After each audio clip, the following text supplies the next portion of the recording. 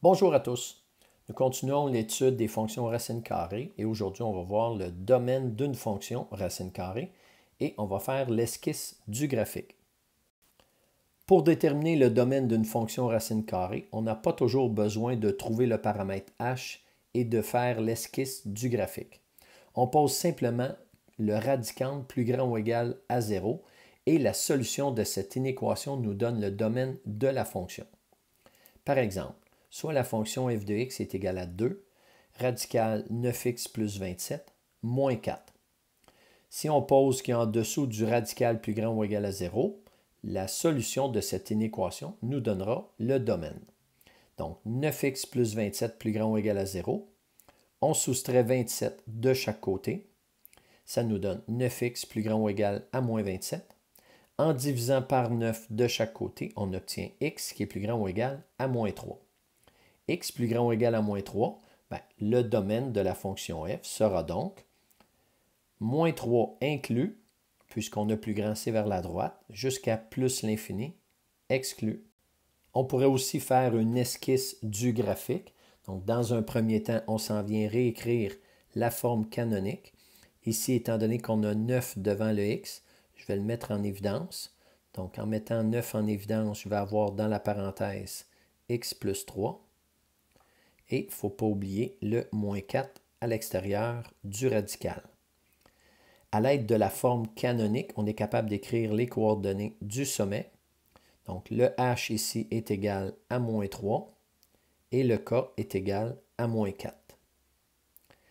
À l'aide des paramètres a et b, donc étant donné que le paramètre a est positif, on le sait que ça va être vers le haut. Et étant donné que le paramètre b est aussi positif, on sait que la courbure va s'en aller vers la droite. Donc, dans le fond, ce qu'on va avoir, c'est un point, donc qui est notre sommet, dont les coordonnées sont moins 3, moins 4. Et ma courbure va s'en aller vers le haut et vers la droite, comme ceci. Maintenant, pour le domaine, on va être capable de venir regarder notre petite esquisse et nous dire, bon, on commence à moins 3 et on s'en va vers la droite, donc jusqu'à plus l'infini. Moins 3 inclus jusqu'à plus l'infini. Numéro 30. Détermine le domaine des fonctions suivantes. Vérifie ta réponse à l'aide des paramètres h et k et de l'esquisse du graphique. En A, on a f de x est égal à moins 3, racine carrée de 4x moins 12 plus 2. Dans un premier temps, je vais venir écrire la forme canonique. Donc, on va isoler le x à l'intérieur du radical. Donc, on va mettre 4 en évidence. Il va me rester à l'intérieur de la parenthèse x moins 3. Et il ne faut pas oublier le plus 2 à l'extérieur du radical. Le sommet est donc de coordonnées 3, 2. Et puisque le A est négatif, la courbe se dirige vers le bas. Et puisque le B est positif, la courbe se dirige vers la droite. Donc, dans mon graphique, je vais avoir 3, 2 qui est mon point de départ, mon sommet. On s'en va vers le bas et vers la droite. Le domaine, je pourrais l'écrire ici, le domaine de la fonction f, ça va être 3 inclus jusqu'à plus l'infini. Cependant, on a vu à la page précédente qu'on pouvait aussi venir prendre ce qu'il y avait en dessous du radical, donc mon 4x moins 12, et venir poser une inéquation, donc ça devait être plus grand ou égal à 0. En résolvant l'inéquation qui est là, on obtient, en faisant plus 12 de chaque côté, 4x plus grand ou égal à 12, et en divisant par 4 des deux côtés, on obtient x qui est plus grand ou égal à 3. X qui est plus grand ou égal à 3 nous donne exactement le même domaine qu'on avait obtenu avec la petite esquisse graphique. En B maintenant, on a g de x qui est égal à moins 2 racine carrée de 25 moins 5x plus 1. On commence par réécrire la forme canonique. Donc, je vais avoir moins 2 racine carrée de, je vais mettre moins 5 en évidence. Je vais obtenir dans la parenthèse x moins 5. Et j'ai le plus 1 à l'extérieur. Donc, ici, le sommet est de coordonnées 5, 1. Le A est négatif, donc la courbe s'en va vers le bas. Le B est négatif, donc la courbe s'en va vers la gauche. On va donc pouvoir venir placer notre point 5, 1, qui est le sommet de notre fonction racine carrée. On s'en va vers le bas et vers la gauche. Donc, si on vient écrire le domaine de la fonction g, ça va nous donner moins l'infini, puisque on s'en va vers la gauche à l'infini, jusqu'au point 5, inclusivement. Maintenant, si on veut le faire avec l'inéquation, on s'en vient poser 25 moins 5x, qui doit être plus grand ou égal à 0. On va additionner 5x de chaque côté. Moi, j'aime bien faire ça pour ne pas avoir un coefficient devant le x qui va être négatif. Donc, je vais avoir 25 qui va être plus grand ou égal à 5x. Et en divisant par 5 de chaque côté, on va obtenir x plus petit ou égal à 5. Je tiens à faire remarquer que le symbole plus petit était vers le x. Il doit rester vers le x si j'ai changé le x du membre de droite au membre de gauche. Donc, x plus petit ou égal à 5, c'est exactement le domaine qu'on a ici, de moins l'infini jusqu'à 5. Pour tracer une esquisse du graphique, on place d'abord le point sommet de coordonnées HK et ensuite on trace la courbe selon le signe des paramètres A et B. Bon, voici un petit exemple pour formaliser. Si on a un A positif, ça veut donc dire que ma courbure doit s'en aller vers le haut. Si le A est négatif, la courbure va s'en aller vers le bas. Maintenant, pour les entrées colonnes, si le B est positif, la courbure s'en va vers la droite. Je m'en viens écrire ça ici.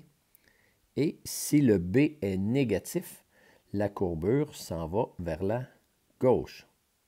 À l'aide de ces 4 informations-là, je vais tout simplement prendre l'intersection d'une ligne et d'une colonne pour être capable de venir tracer ma courbure.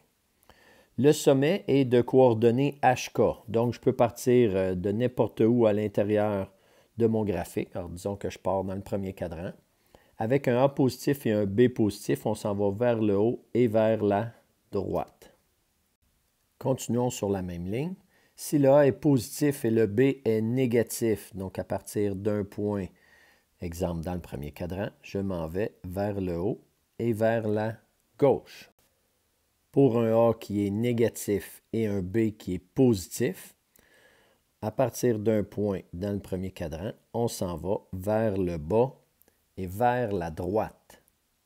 Et dernièrement, si le A est négatif et le B est négatif, on s'en va vers le bas et vers la gauche. Donc voilà les 4 cas possibles à partir d'un sommet qui est de coordonnées HK. Ici, on l'a mis dans le premier cadran, mais il aurait pu être dans n'importe quel cadran. On regarde le signe de A et de B pour que la courbure soit vers le haut ou vers le bas pour le A, ou vers la gauche ou vers la droite pour le B. Numéro 31.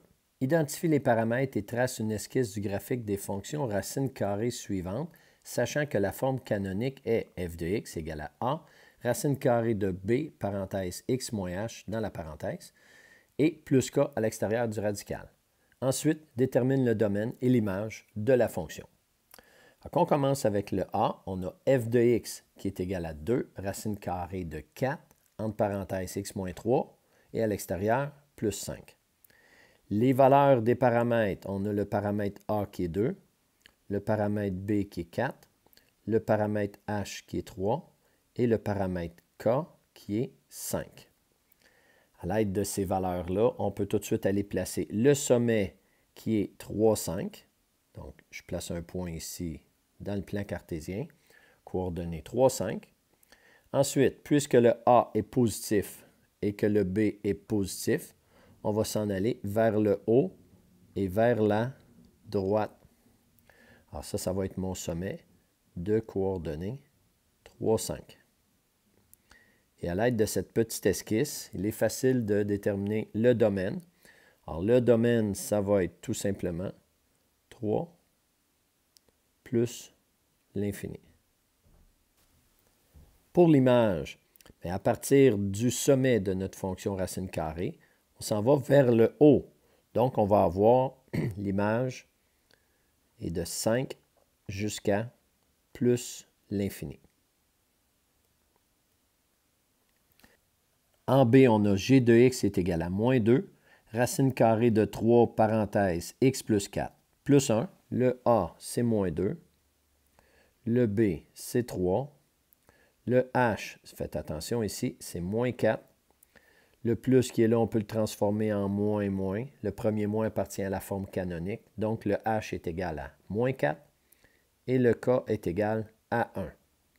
J'ai un A qui est négatif et un B qui est positif. À partir de mon sommet qui est moins 4, 1, donc le sommet, ça va être ici, moins 4, 1, on va s'en aller vers le A, vers le bas puisque le A est négatif et vers la droite puisque le B est positif. Alors, je vais écrire les coordonnées de mon sommet ici. C'est moins 4, 1. Et à l'aide de ces informations-là, je vais être capable d'aller écrire le domaine de la fonction g. On commence à moins 4. Le moins 4 est inclus. Et vu qu'on s'en va vers la droite, ça va être plus l'infini. Pour ce qui est de l'image, la plus petite valeur de y, c'est moins l'infini. Donc, je m'en viens écrire moins l'infini ici comme ça. Et la plus grande valeur de y, c'est 1. Donc, ça va être de moins l'infini, pas inclus, jusqu'à 1 inclus. En C, on a la fonction h, dont les paramètres sont a, 2, b, moins 3. Le h, on a x moins 1 dans la parenthèse, donc le h vaut 1. Et le k vaut moins 5. Alors, le a est positif, le b est négatif. Donc, à partir de notre sommet hk qui est 1 moins 5, si le a est positif, on s'en va vers le haut. Si le b est négatif, on s'en va vers la gauche. Donc, on va avoir quelque chose comme ça. Je tiens à faire remarquer que c'est une esquisse. On aurait pu passer en dessous aussi de l'origine du plan cartésien. Si on voulait être un peu plus précis dans l'esquisse, on viendrait calculer l'ordonnée à l'origine. Donc, on calculerait h de 0. Mais pour trouver le domaine et l'image, pas vraiment besoin d'être très précis à ce niveau-ci. Alors, ce qu'on va faire maintenant, c'est qu'on va venir écrire les coordonnées du sommet, qui sont 1, moins 5. Et à l'aide du sommet et de la courbure, on pourra écrire que le domaine de la fonction h, c'est moins l'infini jusqu'à 1. Et que l'image, c'est moins 5 jusqu'à plus l'infini. Dernièrement, le D, on a la fonction I de x est égale à moins 2, donc le A vaut moins 2. Racine carrée de moins 4 devant la parenthèse, donc le B vaut moins 4. Dans la parenthèse, on a x moins 3, donc le H vaut 3. Et à l'extérieur du radical, on a le moins 1. Ici, le A est négatif et le B est négatif. À partir de notre sommet qui est 3 moins 1, on va donc s'en aller vers le bas et vers la gauche. Donc voilà ce que ça devrait nous donner. On écrit les coordonnées du sommet qui sont 3 moins 1. Et on va être capable de trouver domaine et image de notre fonction. Le domaine, ça va être de moins l'infini jusqu'à 3. Le 3 est inclus. Et l'image, la plus petite valeur de y, c'est moins l'infini jusqu'à moins 1. Voilà.